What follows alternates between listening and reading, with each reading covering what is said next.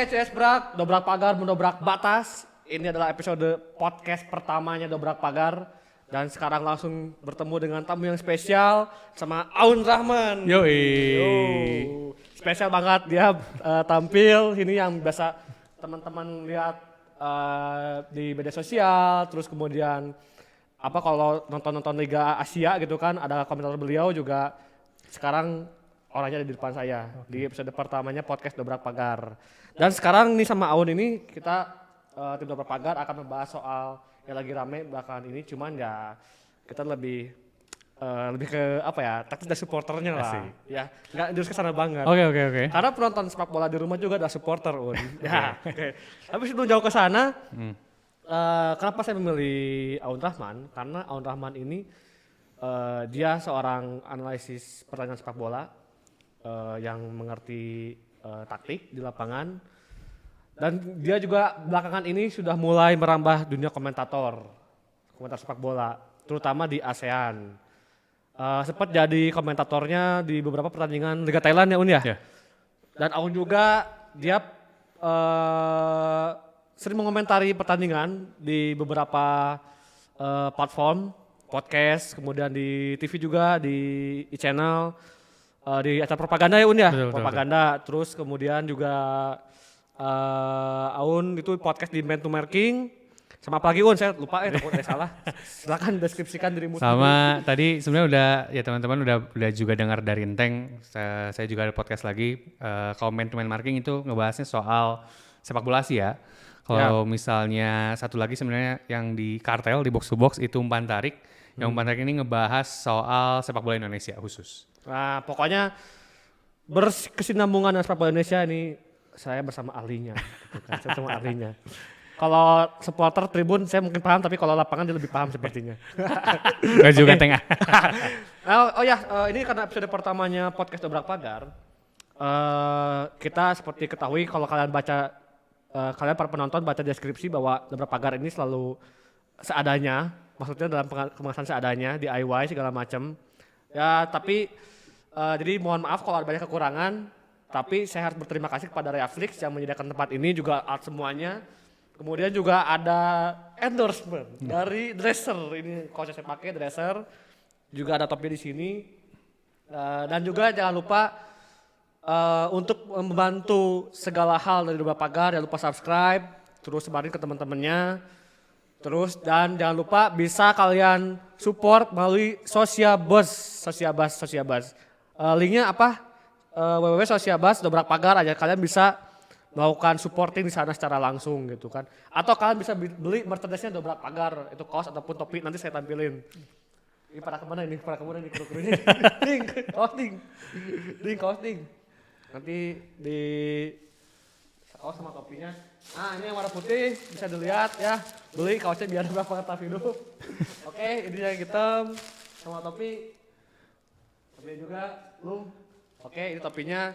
Kalian bisa beli merchandise-nya, bisa di Instagram, di DM ya. Dobrak Pagar. Di Shopee juga ada. Oke, sekarang langsung kita balik lagi ke pembahasan nih soal komentator. Nah, tadi kan udah jelasin ke para penonton, para CS Brak, sebut CS Brak sih saya sebutnya gitu kan, CS Brak atau sahabat Dogar. Asik Dogar. Dobrak Pagar. Oke. Jadi Aun kan mulai menekuni dunia komentator gitu kan. Baik itu secara langsung ataupun produksinya gitu kan di belakang layar, juga termasuk langsung cuap-cuap gitu kan. Mungkin bisa ceritain nggak awal menekuni dunia komentator itu seperti apa jalan ceritanya? Oke. Makasih Enteng. Jadi pertamanya itu tahun 2018, Piala AFF 2018. Waktu itu dari provider tayangan TV berbayar, waktu itu nyari pundit. Jadi sebenarnya istilahnya ada dua, ada pundit atau expert biasanya, bahasa TV-nya lah. Pundit atau expert tuh yang ngejelasin analisis mendalam, ada host. Nah, waktu itu si provider tayangan berbayar ini nyari pundit, expert. Nah, kebetulan waktu itu ya karena ada lowongannya, terus juga ada sambungan dari temen, akhirnya ditawarin, mau nggak ngisi di Piala AFF? Kan saya kaget ya, wah masa di yang RCTI gitu? Oh bukan yang RCTI-nya katanya, tapi yang TV berbayarnya. Oh yaudah oke. Saya akhirnya iyahin, Pas game pertama itu kalau nggak salah yang 4-2 Indonesia lawan Thailand kalau nggak salah, itu game pertama saya. Nah di situ lanjut terus fase grup saya komentatorin sampai ke semifinal kalau nggak salah. Yeah. Sampai semifinal saya yang mandu pertandingannya bareng sama hostnya juga. Di situ nagih lah istilahnya. Yeah. Kayak wah asik juga ya, dan emang karena dulu saya pikirnya waktu pas saya masih jadi jurnalis ya, saya nggak akan ngerambah dunia itu, kayak mungkin bakal lebih banyak di dunia nulis aja gitu. Tapi ternyata opportunity untuk sampai sana tuh ada, dan akhirnya ketika ada saya senang di sana gitu karena bisa ada banyak hal yang bisa saya lakuin, termasuk juga ngebawa istilahnya apa ya, atmosfer di pertandingan ke penonton, salah satunya ke supporter juga. Akhirnya lanjut 2019 sempat absen karena saya lagi tesis kebetulan, tesis buat S2 saya. Ya agak sibuk dan lain-lain. 2020 lanjut lagi, itu mulai pertama yang Liga Thailand. Oh. Ya. Saya sempat lihat cuplikan Awon karena saya nggak ngerti pertandingan sepak bola Thailand ya. Nggak ngerti, bisa nggak ngikutin gitu kan. Saya sempat Awon kan lihat situ ya, ada kasih komentar-komentar soal sepak bola Thailand. Itu ceritanya gimana tuh Un bisa jadi komentator di beberapa pertandingan sepak bola Thailand? Itu sebenarnya jadi ada layanan stream service khusus sepak bola Asia sebenarnya, Teng. Itu perusahaannya dari Singapura kalau nggak salah. Nah kebetulan ada senior saya di kantor yang lama, Tio Utomo. Dia sebenarnya yang dapat jobnya di sana. Cuman karena banyak banget tuh pertandingan yang harus dia handling, dia akhirnya kasih kan. Nah waktu pas dikasih saya juga kaget. Dia bilang, mau nggak nih ngomentatorin Liga Thailand? Sebelumnya emang saya pernah istilahnya minta ke dia, Bang kalau ada Liga Thailand boleh deh. Nah saya kagetnya game pertama saya banget tuh yang Liga Thailand adalah game gede, Buriram lawan Muangthong. Iya bener, ya Buriram Muangthong. Makanya kaget langsung game gede. Terus yang nonton banyak juga. Nah saya seneng, tegang banget lah. Baru udah kan dari 2018 ke 2020 berarti ada sekitar 2 tahun. Harus langsung mandu pertandingan lagi, dan ternyata ada bedanya mandu pertandingan di Indonesia dengan di negara Asia lain. Kalau di kita kan berdua ya, ada host, ya tadi saya sebutin ada host, ada pundit. Jadi kalau di negara lain itu, terutama di Asia Tenggara, yang mandu pertandingan itu cuma 1 orang. Jadi kayak monolog sendiri aja gitu. Itu yang agak ngebedain. Nah waktu itu akhirnya jadinya saya game pertama itu Buriram lawan Muangthong, 15 menit 20 menit pertama itu masih susah ngomong lah karena udah lama banget kan, masih banyak salah nyebutin nama pemain, masih salah banyak nyebutin gerakan gitu, kayak misalnya bolanya ke kiri saya nyebutnya ke kanan gitu, masih nervous lah. Nah akhirnya tapi ya mungkin kayak udah mungkin kayak naik sepeda, lama-lama jadi bisa. Akhirnya dari stream service itu nawarin saya selama dari bulan Oktober kalau nggak salah, Oktober 2020 sampai Desember itu lebih dari 30 pertandingan. Itu tuh Liga India. Saya paling banyak justru Liga India.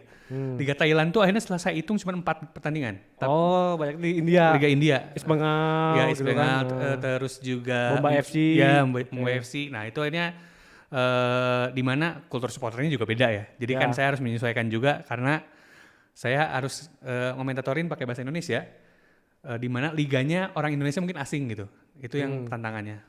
Jadi saya waktu itu tuh di stream service ini ngomentatorin Liga India yang paling banyak ya, Liga India sama Liga Uni Emirat Arab yang paling banyak itu.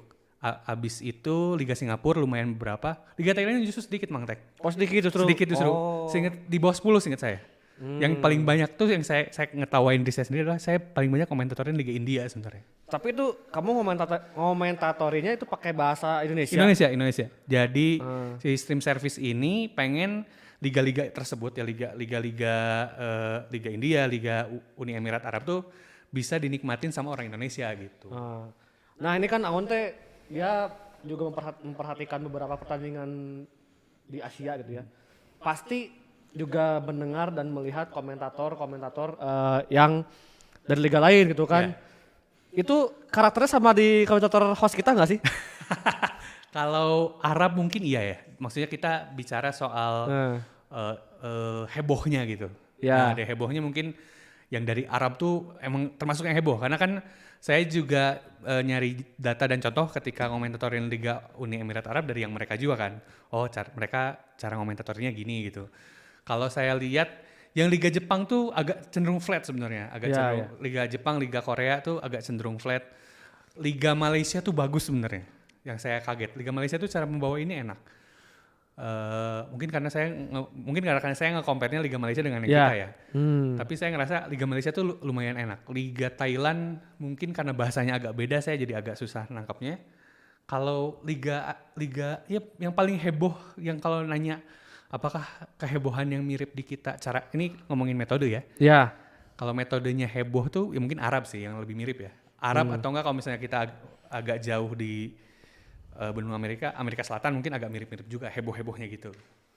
Jangan-jangan dia ngikutin Liga Arab. Bisa aja. ini ngomongin siapa nih?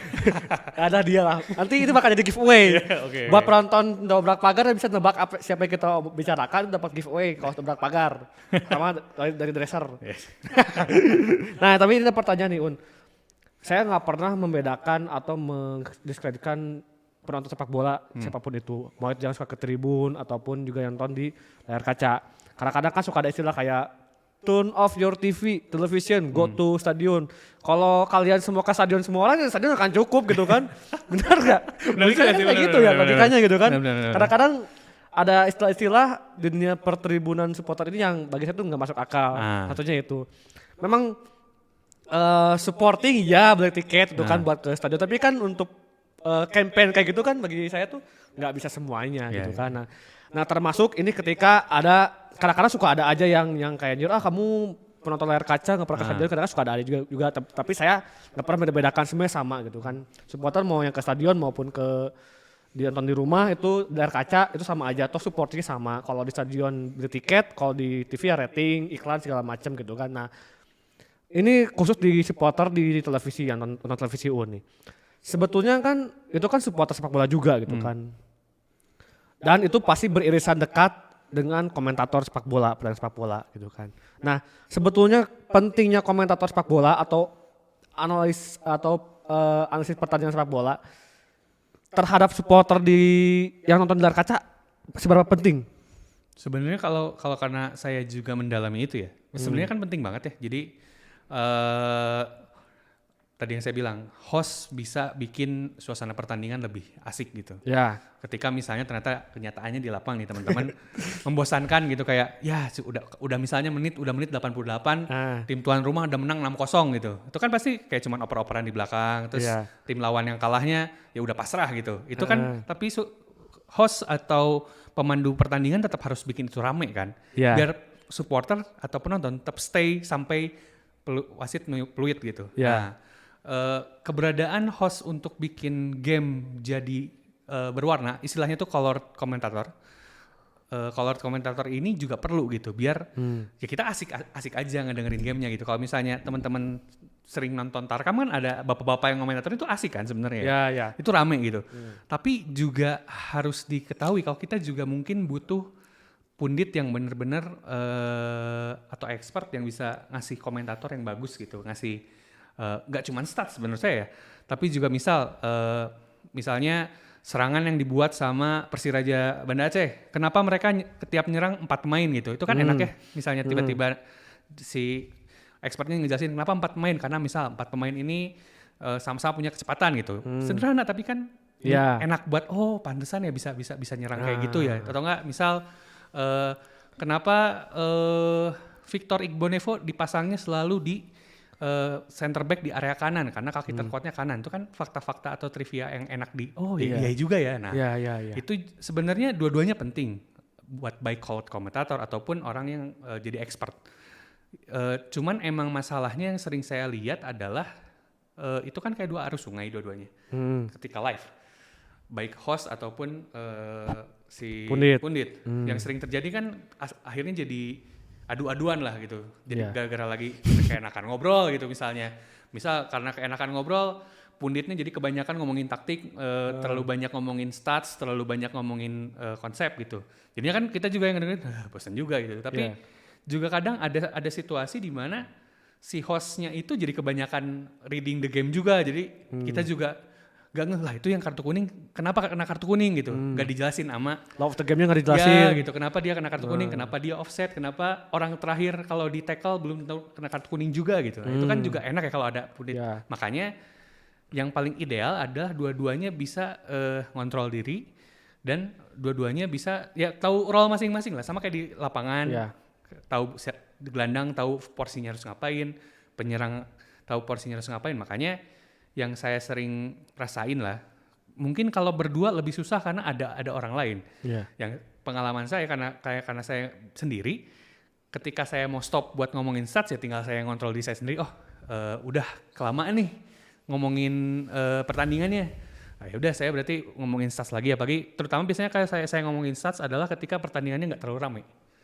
Kayak misalnya ya udah cuman oper-operan di tengah. Ya Muang Thong shoot on targetnya sudah mencapai 7 misalnya.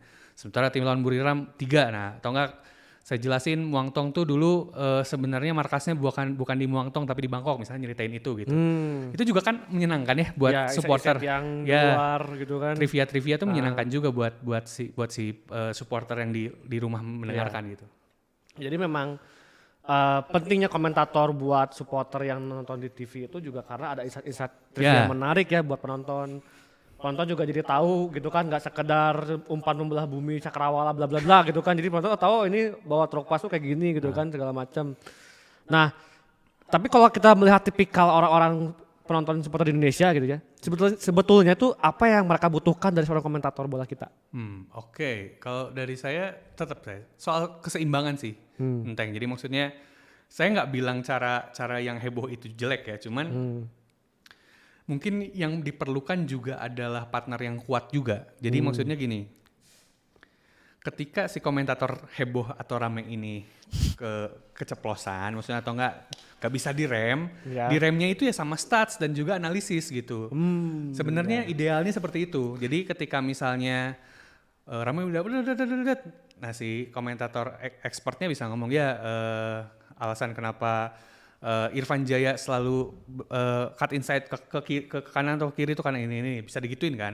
Itu juga kan jadi ritme ngobrolnya juga jadinya ketahan, nggak jadi buru-buru, nggak jadi kayak orang yang buru-buru gitu. Jadi bisa ada pengaturan ritme juga, karena balik lagi emang mungkin harus ada bagi peran yang pas aja sebenarnya kalau menurut saya. Atau enggak antara misalnya Enteng host, saya pundit. Dua-duanya juga ngerti porsinya, atau enggak di antara salah satu ada yang emang playmakingnya bagus gitu. Jadi ada yang bisa nyetirnya enakeun lah, jadinya sesuai dengan kebutuhan gitu. Itu yang menurut saya ya, maksudnya kalau misalnya mau rame juga gak masalah, tapi sesuai dengan porsinya satu. kedua konteksnya pas, maksudnya gini. Bahasa sepak bola, ngomongin hiperbola, Peter Drury itu hiperbola banget gitu. Tapi Peter Drury itu siapa? Jelaskan. Peter Drury itu komentator dari Inggris, tuh idola saya banget. Itu kalau misalnya salah satu yang terkenal adalah ketika dia ngomentatorin golnya Kostas Manolas ke gawang Barcelona. Itu keren banget. sorry. Itu keren banget. Saya lupa isi kata-katanya, intinya adalah dia mengibaratkan kalau Kostas Manolas itu dewa Yunani yang turun dari Gunung Olympus buat ngalahin Barcelona. Gitulah, itu keren banget kan sebenarnya. Dan itu membuat supporter juga ya gitu kan. Wow gitu. Saya sampai Cirambai, maksudnya saya sampai berkaca-kaca lihat pas lagi Peter Drury itu. Bukan karena saya fans Roma, tapi maksudnya masuk gitu. Intonasinya enak dan ketegasannya pun dia ketika berhiperbola itu dia masuk gitu. Nah itu sebenarnya. Ya sastrawi lah gitu kan, nggak hiperbola yang gimana gitu ya. Seperti itu. Lanjut Peter Drury. Tapi ini sebagai disclaimer, saya nggak ada masalah dengan yang heboh ya, cuman ya itu put on konteks aja sih sebenarnya. Sesuai dengan konteks, dan kalau mau hiperbola disesuaikan aja, karena kan kalau misalnya out of context, satu bisa jadi misleading ke hal yang lebih besar ya. Misalnya bilang kalau pemain ini karena misalnya mukanya muda, terus dia nyebut ya pemain muda ini baru naik ke tim utama padahal usianya 27 gitu misalnya. Itu kan checking fact juga harus dilakukan. Dan itu bakal mengecoh supporter ya. Supporter juga bakal ini ternyata pemain muda ternyata kan bukan pemain muda gitu kan. Kayak orang selalu menganggap Jesse Lingard tuh pemain muda gitu. Itu kan salah gitu. Jadi contohnya. Emang Jesse Lingard berapa tahun dia? 29 berarti. 29 Lingard. Makanya maksud saya itu. Jadi yang harus dilakukan sebenarnya kalaupun hiperbola ya sesuai aja gitu, sesuai Ya. dengan porsinya. Salah satu yang saya ingat juga Peter Drury kalau nggak salah ini, ketika City juara Premier League yang pertama ketika lawan KPR, bukan yang Ya. pertama, yang ketiga berarti. Lawan yang maksudnya Joy Barton dia Ya. nendang si Aguero itu kan ya? Yang gua Aguero gitu, itu kan Nah. sesuatu juga. Oh itu Peter Drury itu? Kalau nggak salah. Oh. Itu juga dia pas abis itu dia bilang the blue moon rising. Itu simple kata-katanya tapi kan keren gitu. Iya, The iya, blue moon iya. itu kan maksudnya Manchester City gitu. Nah, simple kata-katanya tapi kan ngena banget. Dan itu salah satu yang saya ingat sampai sekarang kata-kata itu. Tapi Padahal Aun tuh supporternya MU Ya. ya. Tapi bisa tersentuh oleh kiasan dari Manchester City. ya betul. Walaupun Ya, emang yang paling epic harus diakui pas Peter Drury ngomentatorin Roma lawan Barca itu. Ya, Itu ya. the best banget sih. Ketika golnya Kostas Manolas dan dia ngegambarin Kostas Manolas itu Greek God coming from Olympus Mountain tuh wow sih. Dia bisa kepikiran sampai sana gitu. Dan apalagi saya kalau berbicara dulu sama ZRS gitu ya. Ya. Rata-rata tuh kalau supporter di Indonesia ini dia suka hal-hal yang dramatis gitu Ya. kan. Nah, sebetulnya kalau misalnya bisa komentator kita bisa mengaplikasikan seperti Peter Drury, itu mungkin mereka juga bisa tersentuh oleh komentator sendiri mungkin gitu ya. Jadi kadang-kadang hiperbola perlu cuman porsinya itu gitu. Karena supporter Indonesia itu kalau kata yang mengutip dari ZRS suka yang agak-agak dramatikal gitu lah. Walaupun emang harus diakui juga, Teng, ada beberapa bahasa Inggris yang susah dibahasa Indonesiain. Contoh, Peter Drury itu sering banget pakai kata katastrofik buat nunjukin lini pertahanan lawan tuh Katastrofik itu apa? bencana. Oh bencana. Porak-poranda lah. Ya ya. Lebih enak kan sebenarnya Ya. nyebut katastrofik. Bukan pemecah rumah tangga gitu kan, umpan rumah tangga gitu enggak kan? Porak-poranda lah Oh, intinya porak-poranda. si katastrofik ini. Cuman saya baru ngeh si katastrofik akhirnya dijadikan bahasa Indonesia aja di tahun 2020. Kalau nggak salah ya, apa 2019? Baru banget karena juga ada masalah lain ketika kita mau menduplikasi apa yang diomongin. Contoh Peter Drury lah contoh yang paling banyak kiasannya. Di Indonesia bahasa Indonesianya juga agak susah untuk mereplikasi kata-katanya Peter Drury juga Iya, gitu. iya. Itu yang bikin mungkin ketika mau hiperbola jadinya agak kurang pas gitu. Karena ada beberapa bahasa Inggris yang emang susah juga di bahasa Iya. Indonesiain. Sama kayak halnya kalau lagu-lagu gitu kan di Indonesia itu juga kan sebenarnya nggak pas semuanya Nah, gitu kan itu. ya mungkin kiasan-kiasan dipakai Peter Drury juga kalau di Indonesia kan juga mungkin ada beberapa yang kurang tepat. Tuh, gitu. kayak misal William Pakeko menunjukkan kedaulatannya di lini pertahanan itu kan kayak oke Ya, aja ya. sih, tapi mungkin buat kaidah bahasa Indonesia nggak pas gitu. Ya, Walaupun kalau di bahasa Inggris jadi keren. ya. Nah berbicara soal hiperbola dalam komentar sepak bola nih kan ya macam-macam kan setiap negara juga beda tipikal supporternya. Tadi juga saya nanya kenapa sih dan apa yang dibutuhkan oleh supporter Indonesia dan apa yang dibutuhkan oleh supporter di Indonesia gitu kan. Dan pada akhirnya mungkin secara gambarannya ya yang hiperbolanya tahu ada batasan atau porsinya gitu. Nah ini beberapa waktu kemarin ini ada sempat ramai. Ada komentator yang penggunaan kalimat hiperbola itu menurutku itu memang di luar konteks dan juga mungkin lebih batas. Memang beberapa kali menabrak batas tapi gak gitu juga gitu kan ya. Gitu. Sebenarnya saya tuh udah merasakan komentator seperti dia nggak nyaman tuh udah bertahun-tahun yang lalu sebetulnya gitu kan. Tapi karena kemarin ramai gitu kan, terus jadi ada beberapa statement yang kurang mengenakan, ini jadi ramai gitu. Nah, dan saya baca juga apa ya maksudnya tuh ternyata supporter di kita itu dalam artian ya sekarang kan pada nonton TV semua, ternyata makin situ makin pintar dan tahu apa Makin kebutuhan, makin aware kebutuhannya apa. Nggak cuman sekedar kiasan yang lucu-lucuan. Mungkin kalau misalnya maaf nih saya kalau saya lihat dalam rentang usia mungkin kalau ibu-ibu atau bapak-bapak yang receh mungkin terhibur-hibur aja, tapi kan sekarang kan semua kan berkumpul di depan televisi buat nonton sepak bola gitu kan. Nah, pada akhirnya saya lihat ini ternyata supporter di Indonesia tuh mereka aware dan komentator pun juga mereka diperhatiin dan mungkin soal hiperbola ini yang menurutku yang di luar batas begitu atau keluar konteks itu mungkin memang seharusnya tuh apa yang salah dari hal itu gitu. Sebenarnya kalau menurut saya yang kasus yang kita bicarakan Iya. Ini bakal jadi giveaway ya. Ini buat penonton Dobrak Pagar ini bakal dapat kaos dresser. Nanti silakan kalian komen di postingan Dobrak Pagar podcast di Instagram. Komennya siapa yang kita maksudkan. Atau saat nanti tayang di YouTube silakan komentar dapat giveaway dari dresser ya. Lanjut ya, hiperbola gimana nih? Nah, kalau yang saya pikir ya, kejadian yang kemarin sebenarnya adalah kasusnya gini. Biasanya kita punya opsi. Ya. Kita punya opsi ketika misalnya TV terestrial komentatornya yang heboh, kita kan punya opsi untuk TV yang berbayar atau nggak layanan streaming berbayar yang komentatornya lebih kalem. Nah, betul. Ya kan? Dari tahun ke tahun kita ngalamin gitulah kayak ya udah kalau misalnya TV terestrialnya yang heboh, kita dapat yang adem, yang juga bikin nikmatin pertandingan yang di streaming atau yang di TV berbayarnya. Nah, masalahnya yang kejadian yang kita alamin kemarin itu adalah penonton atau supporter nggak dikasih opsi, Teng. Ketika nonton di TV terestrial yang heboh, ketika udah bayar ya mungkin buat sebagian orang mahal untuk bayar subscribe puluhan ribu untuk 2 bulan itu, tapi ternyata dapat yang tidak sesuai dengan yang mereka pengen gitu. Maksudnya itu yang jadi menurut saya jadi masalah sebenarnya karena nggak dikasih opsi. Kalau misalnya ada opsi itu, menurut saya mungkin damage-nya nggak akan kayak sekarang gitu. Maksudnya nggak akan sampai ada komentator keras lah gitu. Karena yang saya alamin, karena saya juga ada beberapa waktu, saya juga tutor lah istilahnya, berguru sama yang udah mandu pertandingan di TV berbayar sama streaming, ya emang beda treatmentnya gitu. Ya, sebetulnya dari zaman tahun 2017, 16, 17 lah. Sebetulnya saya kan sempat waktu itu saya kerja di salah satu media yang Aun tahu sendiri. Nah, kan sedangkan nontonnya kan TV kabel yang berbayar, nonton pertandingan sepak bola Indonesianya gitu kan. Sebetulnya udah ada sindiran. Ada sindiran dari seorang komentator TV berbayar ini bilang nggak kayak TV sebelah yang komentarnya lebay. Sebenarnya udah ada sindiran.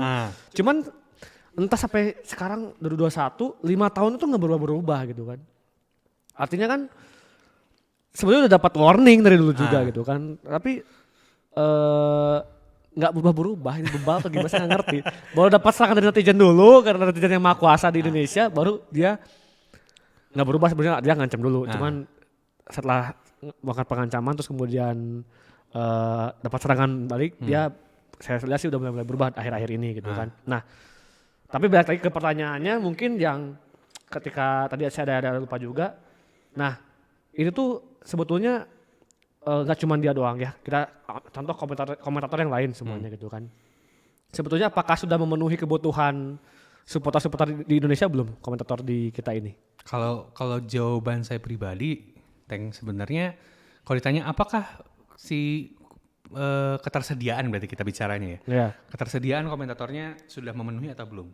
Kalau teman-teman tahu ya ada banyak, ada Jerry Arvino, ada Olan Fatah, ada banyak lah, ada komentator yang emang juga oke. Mungkin zaman dulu ada Tommy Welly, Bung Tris, itu expert. Tapi kan maksudnya kita bicara soal level host, sebenarnya yang mumpuni banyak sebenarnya. Cuman mungkin kalau boleh saya jujur belum banyak kesempatan buat yang lain gitu. Belum banyak. Saya juga sering nemuin banyak juga streamer. Kadang kita bisa kan ya kayak nonton pertandingan terus reaction gitu. Itu juga jadi ajang buat latihan komentator juga. Si streamer yang juga bagus sebenarnya. Cuman mungkin belum di tahap TV-TV pada ya TV-TV besar terutama mungkin belum ngeh adanya dia. Jadi akhirnya ya udah yang ada aja. Mau gak mau kan itu juga ibarat ini ya selera pasar juga ya. Ketika misalnya kita lapar pasti kan nyari yang pasti-pasti gitu. Itu juga yang terjadi, yang mungkin ya menurut pandangan saya mungkin itu yang terjadi juga di broadcaster, juga di TV di generalnya. Mungkin ketika misalnya akhirnya mau nayangin liga atau enggak pertandingan olahraga, akhirnya nunjuk yang udah established gitu. Ini yang saya agak beda justru kalau di TV berbayar. Kalau di TV berbayar atau layanan stream kadang kita nemuin sosok baru gitu. Oh si ini bagus juga gitu. Si ini bagus juga jadi host. Oh si ini bagus juga jadi expert atau pundit gitu. Itu yang mungkin soal ketersediaan. Kalau pertanyaan ketersediaan ada. Cuman mungkin peluang untuk mereka menunjukkan diri mereka, untuk mereka membuktikan diri, untuk mereka menunjukkan kapabilitas mereka belum. Nah, kayak saya kasih contoh aja ya, saya sebut nama ini ya. Saya Ibnu Jamil aja ya.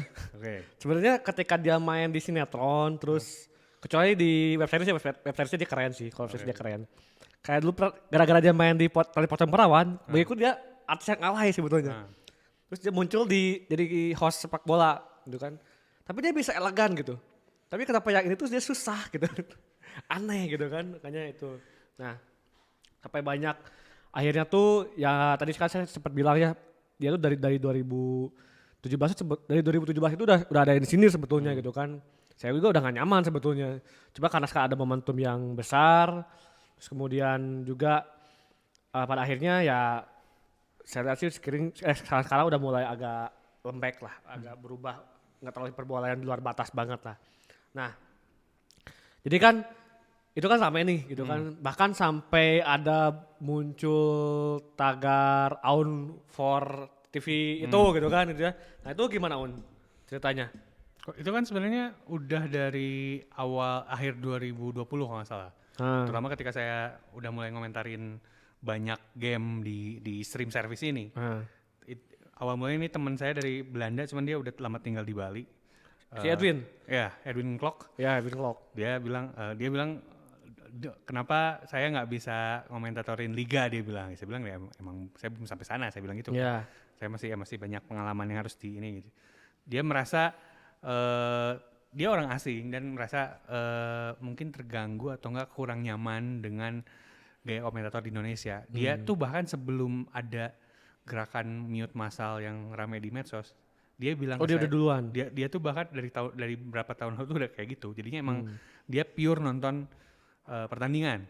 Masalah kan kita orang Indonesia bukan tipe yang kayak gitu ya.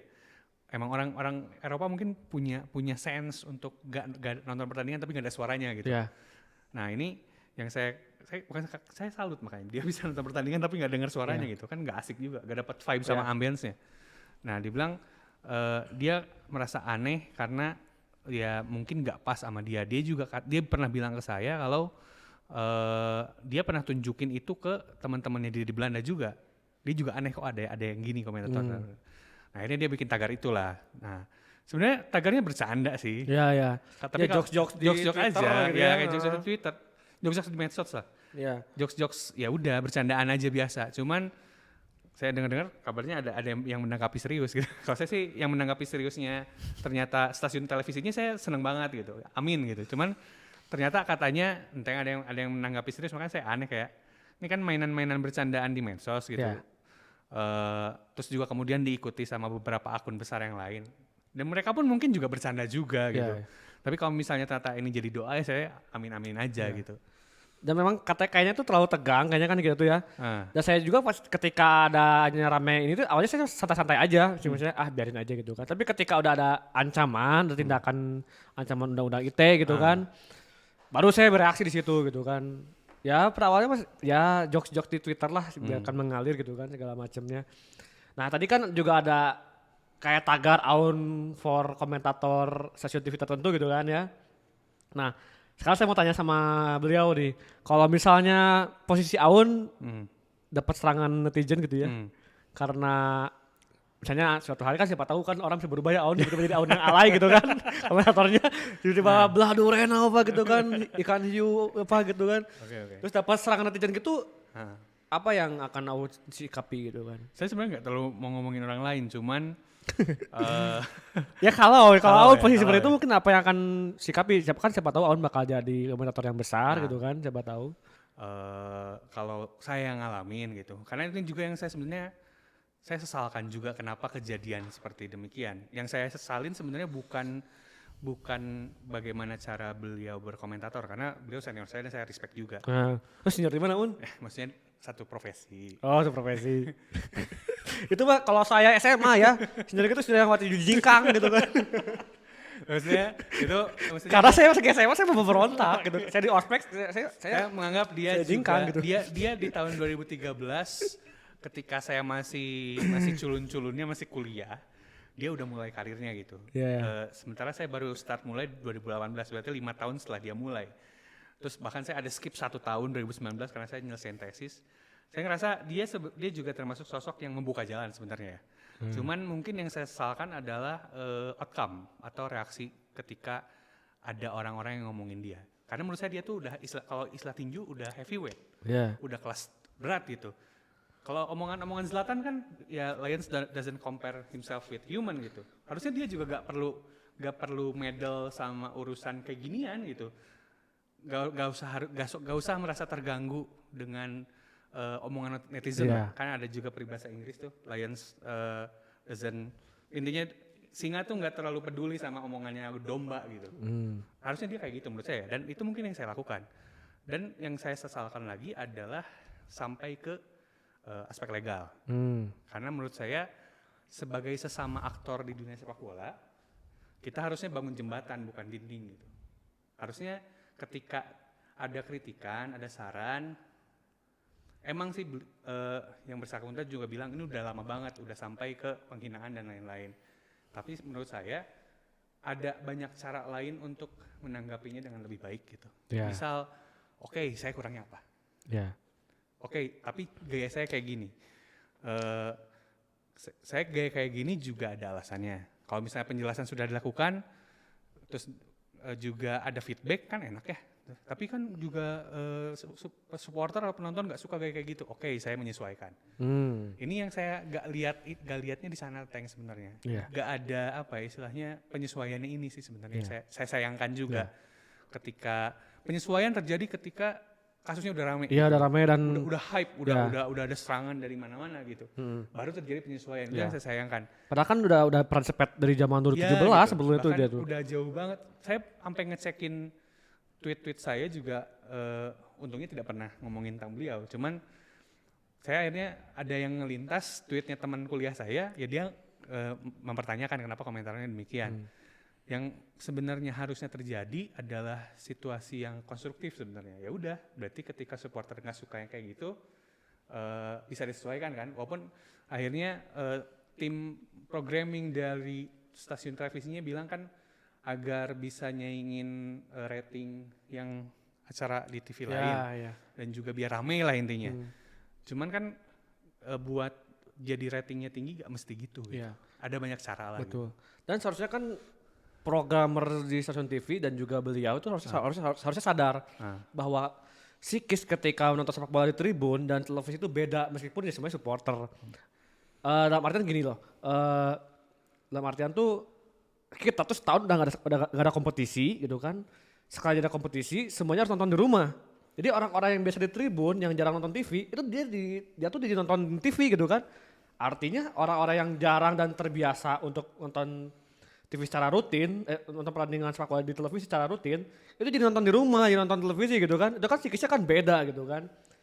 Ya orang-orang kan juga tahu bahwa orang-orang yang biasa atau supporter yang sering ke tribun itu bisa lebih keras biasanya gitu kan. Tapi ente enggak. Dah tobat. Nah ketika berpindah ke televisi itu ya mental keras di tribun pasti ke bawah. Apalagi kan ini kan akumulatif dari setahun ke belakang gak ada sepak bola. Sepak bola. Ya. Orang tertuju ke sana ke sepak bola sekalinya kasih pertandingan dengan hiperbola yang luar konteks ya orang-orang lebih sensitif gitu kan. Mungkin itu juga bisa jadi bahan. Ya tadi makanya saya bilang soal opsi. Kita nggak dikasih opsi buat nonton opsi jenis yang lain. Jadinya yang tersedia cuman yang model itu. Istilahnya ketika kita pengen makan, biasanya kita punya pilihan antara makan mie goreng atau mie rebus. Tapi ternyata ketika kita udah lapar nyampe rumah, cuman mie goreng yang tersisa, padahal kita pengennya yang mie kuah gitu. Itu kan jadi ribet ya. Nah, simpelnya kayak gitu. Menurut saya yang kejadian sekarang. Akhirnya tambahan juga tadi dari Enteng, karena si supporter dan juga penonton ini yang biasanya nonton ke stadion yang puluhan ribu itu akhirnya harus diem di rumah, si emosi terus juga aktualisasi emosinya jadinya tertumpahnya di medsos gitu. Betul, sepakat. Jadi meledak, boom. Jadi akhirnya dia pasti kena ledakan lah gitu. Orang akumulasi saling benci antar supporter aja memuncak ketika bertemu rivalnya, apalagi ini ketika di media sosial gitu kan. Pasti langsung cepat gitu, subuhnya tuh cepat banget biasanya gitu. Nah, terus kemudian nih Aun, sebetulnya ketika ada muncul kritik, muncul kritik yang begitu banyak, begitu deras gitu kan ya. ketika para komentator kan jarang-jarang misalnya kan kritik kan kepada pemain, pada pelatih misalnya. Ini kan komentator kan sesuatu yang di luar kebiasaan gitu kan. Nah, tapi sebetulnya nih bila mana menyikapi komentator yang sepak bola di luar konteks gitu kan ya. Sebetulnya apa yang harus disikapi oleh supporter seharusnya gitu? Apakah dengan cara kemarin itu sudah sesuai secara mayoritas atau tidak gitu kan? Sebenarnya kalau misalnya kita kebenaran kan relatif ya Teng ya. Ya. Apakah caranya benar atau enggak gitu. Cuman kalau menurut saya pribadi dengan cara kemarin sebenarnya sudah tepat gitu. Karena supporter ya ditatarannya di sana yaitu melakukan protes.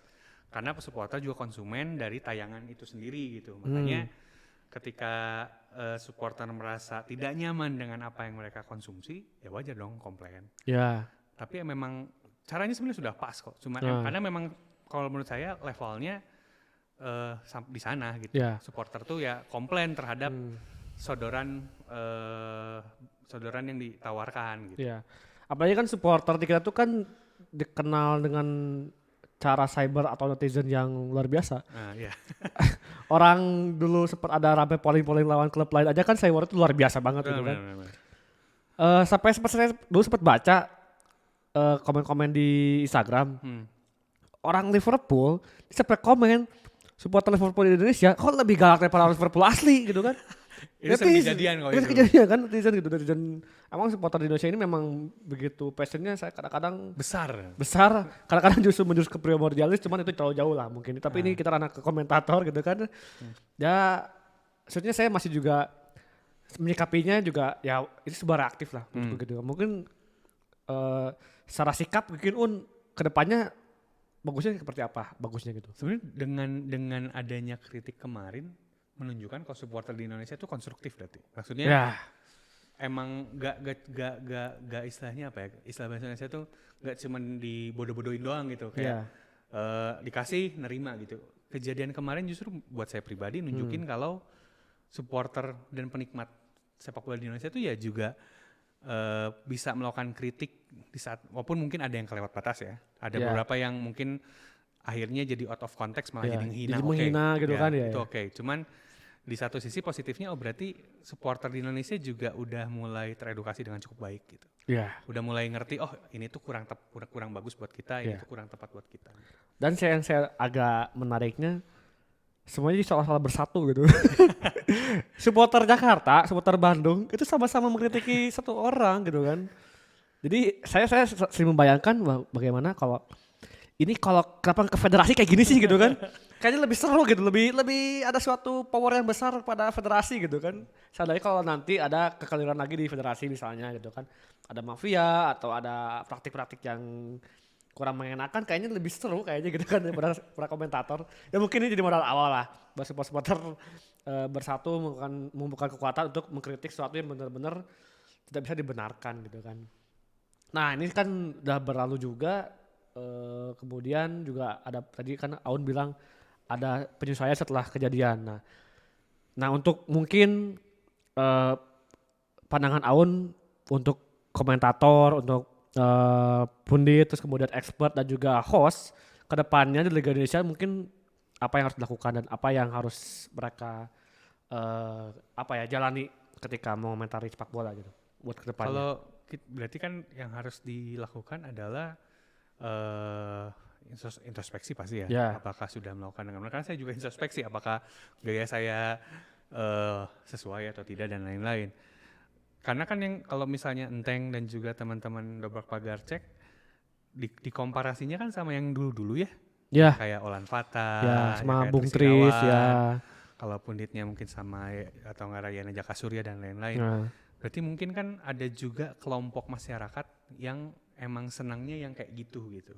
Yang kayak model analisisnya Tommy Welly gitu. Itu juga yang dicari. Makanya ke depan mungkin buat yang kayak saya yang masih muda, yang masih baru atau enggak yang udah tinggi ya mungkin bisa disesuaikan karena ada marketnya juga yang sukanya modelnya kayak gitu. Walaupun kita juga nggak bisa nutup mata, mungkin ada juga supporter atau enggak penonton bola di Indonesia yang mau suka yang ramai juga itu mungkin ada. Ya. Nah makanya tadi aku bilang itu karena sekarang adalah orang-orang yang biasa ke stadion tribun sepak bola yang setauku rata-rata sekitar 72% yang ke tribun itu marketnya tuh nggak ke sana sebelumnya. Dan sekarang harus melihat itu dan mensuguhkan itu gitu. Mungkin juga ya itulah tidak bisa melihat situasi sekarang mungkin ya gitu kan. Nah kemudian juga ini kan Aun secara nggak langsung udah terjun ke dunia komentator sepak bola meskipun mungkin belum terlalu jauh gitu ya, tapi saya doakan pasti bakal Amin, akan amin, jauh amin. gitu kan ya. Siapa tahu Aun for ini di kenyataan. Nah, jadi saya juga ikut bangga gitu kan. Cuman di Indonesia ini nggak ada komentator supporter, jadi kayaknya saya nggak akan bisa melangkah ke sana. Tapi gini, pasti ada tips lah, Ah. tips buat teman-teman mungkin yang sekarang entah itu kuliah ataupun baru mulai pekerjaan fresh graduate gitu kan, yang dicambuk sama medianya mungkin kayak kita dulu gitu kan, dicambuk medianya yang ingin jadi komentator sepak bola, mungkin ada tipsnya nggak dari Aun sendiri gitu? Ini saya bakal memakai tips yang sama ketika waktu itu saya ada di seminar yang sama jadi pembicara juga sama Zen Iya. Eres. Dia bilang jangan mau jadi jurnalis kayak saya atau Aun, dia bilang. Kalau mau cari target yang lebih jauh lagi luar negeri, kalian harus mau jadi Jonathan Wilson gitu misalnya. Ini juga berlaku buat komentator dan juga buat yang mau jadi komentator. Jadi yang dipatok bukan Rendra Sujono, bukan Tommy Welly. Kalau misalnya jadi pundit gitu, kalau misalnya host bukan Rendra Sujono ataupun misalnya Ibnu Jamil atau Darius Sinathrya misalnya. Ya kalau emang mau jadi bagus gitu, ya targetinnya ya yang di luar gitu. Misal ya saya pengen bisa ngomentatorin game kayak Peter Drury misalnya. Atau enggak kalau misalnya yang lebih klasik lagi Derek Ray misalnya. Pasang target yang lebih tinggi, jadinya belajarnya juga jadi lebih bagus kan. Karena pasang lebih tinggi, pasti kita juga belajar dong yang lokal-lokalnya kayak gimana gitu. Karena salah satu lokal yang saya suka, kebetulan saya juga dia jadi mentor saya juga. Adiani Pratama, itu kan suaranya bagus banget dalam gitu, terus enak lah, itu juga jadi mentor saya juga. Jadi dia juga bilang sama kalau nyari istilahnya contoh, justru emang di luar negeri jadinya, bukan di lokal lagi. Di lokal lagi itu untuk relate aja gitu. Oh kalau di bahasa di Indonesia tuh harus ngomongnya kayak gimana gitu. Cuman kalau emang misalnya nyari contoh, bagusnya di luar. Ya dan jangan lupa kalau supporter pun berpeluang jadi komentator ataupun pundit. Karena dari supporter tuh kan banyak komentatorin juga meskipun kasar. Pasti ada peluang lah gitu kan, dan juga yang nggak lepas kemungkinan pasti orang yang jadi komentator sepak bola itu awalnya juga supporter juga nonton sepak bola juga gitu kan, atau jadi dia ikut SSB gagal jadi pemain bola juga bisa gitu kan, banyak kayak gituan. Nah kemudian nih soal supporter ini mungkin pemungkas nih. Asik. Buat supporter kedepannya kalau menanggapi hal seperti itu apa sih gitu tipsnya gitu, masukannya supaya apa ya gimana kan, untuk kemungkinan mungkin ada orang-orang yang lain bakal hiperbola Kejadian lagi gitu kan, mungkin tips buat supporter supaya tahan atau biar apa gitu kan sama komentar hiperbola kayak gitu apa Ya karena kita ngalamin kejadian gak enak kayak gini ya, jadi kan ya sama berarti supporter dan juga supporter yang bereaksi juga bisa menahan diri. Maksudnya menahan diri adalah jangan sampai bikin kritik yang kelewat batasnya tuh, maksudnya udah sampai ngatain atau kata-kata kasar gitu. Kalau misalnya apalagi rasis jangan lah ya. Rasis tuh jangan. Ya udah, kita nilai supporter nilai komentator dari kerjanya aja gitu. Misalnya gua nggak suka dia karena dia gini gitu, bukan karena dia apa atau nggak apa gitu. Jadi lebih baik kalau misalnya terjadi lagi ke depannya nilai secara objektif gitu. Ya. Soalnya kalau misalnya ini kan berimbas gitu kan ke semuanya. Lagi kan saya kan dulu kan sempat ngetweet gini, saya tuh kangen nonton bola Indonesia. Mau nggak mau gitu kan. Kangen itu karena kangen lihat umpan yang kemana-mana gitu kan. Ada lari buat nendang nggak ada gitu kan, ataupun sebaliknya gitu kan. Ketika nonton bola Indonesia kayak gini gitu, aduh jadi sangat disayangkan gitu kan, jadi terakumulatif yang kemarin itu. Nah mau gerakan mute massal pun juga karena saya sering memperhatikan supporter kan, kalau sekarang nih yang menariknya itu kalau kita mute kan ada, saya tuh suka dia kan nggak kedengeran semuanya kan, jelas kan. Saya tuh suka kayak coba ini lagu yang diputer itu kececerannya sesuai nggak sama saya sering meneliti sampai sana gitu kan. Itu kan juga jadi insight yang menarik buat orang pagar gitu kan. Oh ternyata supporter tuh ketika kosong tuh pengaruhnya gimana. Dan kemudian chain-chain yang dipakai itu jujur kadang-kadang kan suka ada yang beda gitu kan, beda. Oh, karena kan yang di luar pun juga kan dia mainin pertandingan luar tuh mainin nyalain suara juga kan, suara supporter kan, chain juga kan. Saya bedain, oh beda itu kayak gini, oh cemprengnya beda kayak gini gitu kan. Nah sebetulnya tuh juga komentator sama, ada yang kelupaan saya nih soalnya nih. Sebetulnya suara cempreng gitu tuh kan untuk melafalkan pertandingan itu sebetulnya bagus sebetulnya. Cuman jadi berubah aja kiasannya ketika di luar konteks gitu kan. Nah, kan Aun tuh ini juga bisa olah suara gitu kan ya. Olah suara. Sebetulnya suara yang bagus untuk komentator itu saat mengomentari pertandingan itu seperti apa sih, Un? Sebenarnya itu kan balik lagi ke target dan target masarnya ya. Kadang kan ada juga kelompok orang, misalnya saya lebih suka yang emang kayak berdem gitu, kayak berat banget suaranya gitu. Ada juga yang emang sukanya karena kesannya kan kalau berat tuh kayak klasik gitu. Tapi juga ada juga yang suka mungkin yang heboh tuh ada gitu. Makanya kalau misalnya nanya, itu kan teknis banget ya. Karena saya juga pelaku dan saya masih belajar. Balik lagi ke market sukanya kayak gimana sih sebenarnya. Ada yang suka yang berat suaranya, ada suka yang suaranya di tengah gitu pas, ada juga yang suaranya lebih suka emang suka yang cepet, ada juga yang kayak gitu juga ada gitu. Nah Indonesia kayak gimana, Un? Sukanya kayak gimana rata-rata? Kalau di Indonesia pengalaman saya terbagi dua sih. Ada yang emang suka yang tegas berat gitu juga ada yang suka juga yang emang ngomongnya cepet, rame itu ada juga. Ya yang kayak tadi aku bilang sebenarnya dia tuh rame tuh bagus sebenarnya bagus untuk mengomentari sesuatu yang benar, yang real, yang benar-benar memberikan insert yang baik gitu. Tapi ketika jadi hiperbola yang tidak berkonteks ya.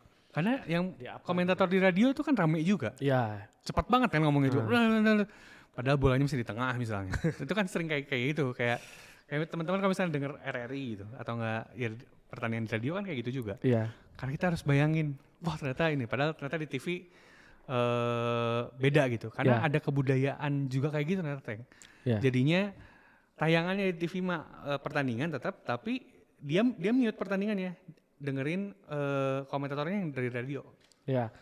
Saya tuh pernah dulu pas lagi kecil itu nonton pertandingan Indonesia, terus saya ngelain juga radio RRI ya.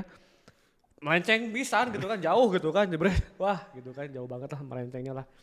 Ya itu juga suatu cerita yang bagaimana komentator tuh untuk supporter nggak cuman dia menyajikan apa yang ada di lapangan, tapi membuat sebuah sisi imajinatif kepada para supporter. Dan gitu juga kan. edukasi juga Teh. Betul, asli, dan ini obrolan yang menarik di episode pertama Dobrak Pagar ini, teman-teman CS Brak.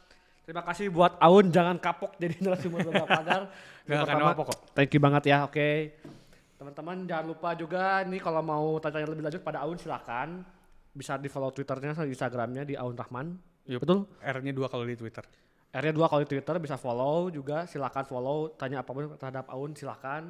Saya welcome kok kalau kalian mau nanya apa-apa. Ya, kalau WhatsApp-nya saya nggak akan kasih tahu karena ini punya hak dan masing-masing itu ya. Okay. Tapi silakan DM Aun, dia cair kok orangnya.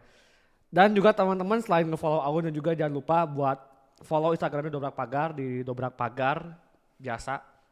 Terus kemudian kalau kalian mau request narasumber berikutnya buat di podcast Dobrak Pagar, silakan komen di Instagram, bisa DM di Instagram, bisa juga komen di YouTube-nya. Di sini komen gitu kan. Silakan request mau narasumber siapapun gitu ya. Tapi yang sesuai sama kemampuan kita, karena kita kan ini maksudnya episode pertamanya kayak gini gitu ya. Seadanya, kemudian juga banyak kurangnya, mohon maaf. Tapi yang jelas saya dari semua terselenggaranya podcast ini, saya terima kasih kepada Raya Flix selaku yang mensupport semua podcast Dobrak Pagar ini. Kemudian juga saya terima kasih buat Dresser ini kaosnya saya pakai gitu kan, juga topinya ada. Silakan kalian follow Dresser, lihat barang-barangnya, silakan juga di Dresser.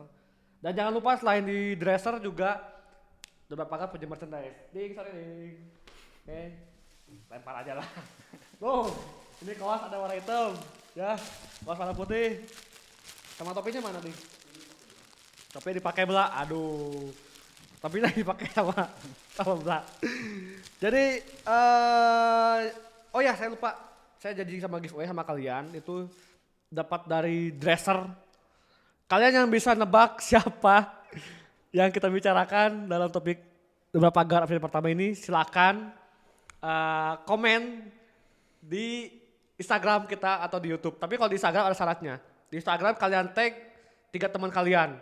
Syaratnya itu kalian harus follow Dobrak Pagar, tag 3 teman kalian, 3 akun teman kalian. Nanti yang menang dapat merchandise dari Dresser, ada topi, ada kaos juga. Ini giveaway nggak ya? Nanti aja kelanjutannya silakan tungguin di pengumuman Dobrak Pagar berikutnya. Oke, jangan lupa saksikan podcast berikutnya Dobrak Pagar, dan jangan lupa juga saksikan program Dobrak Pagar yang lain. Ada menu yang kota ke kota, ada set Dobrak Pagar Setline, dan juga ada Dobrak Pagar Tires.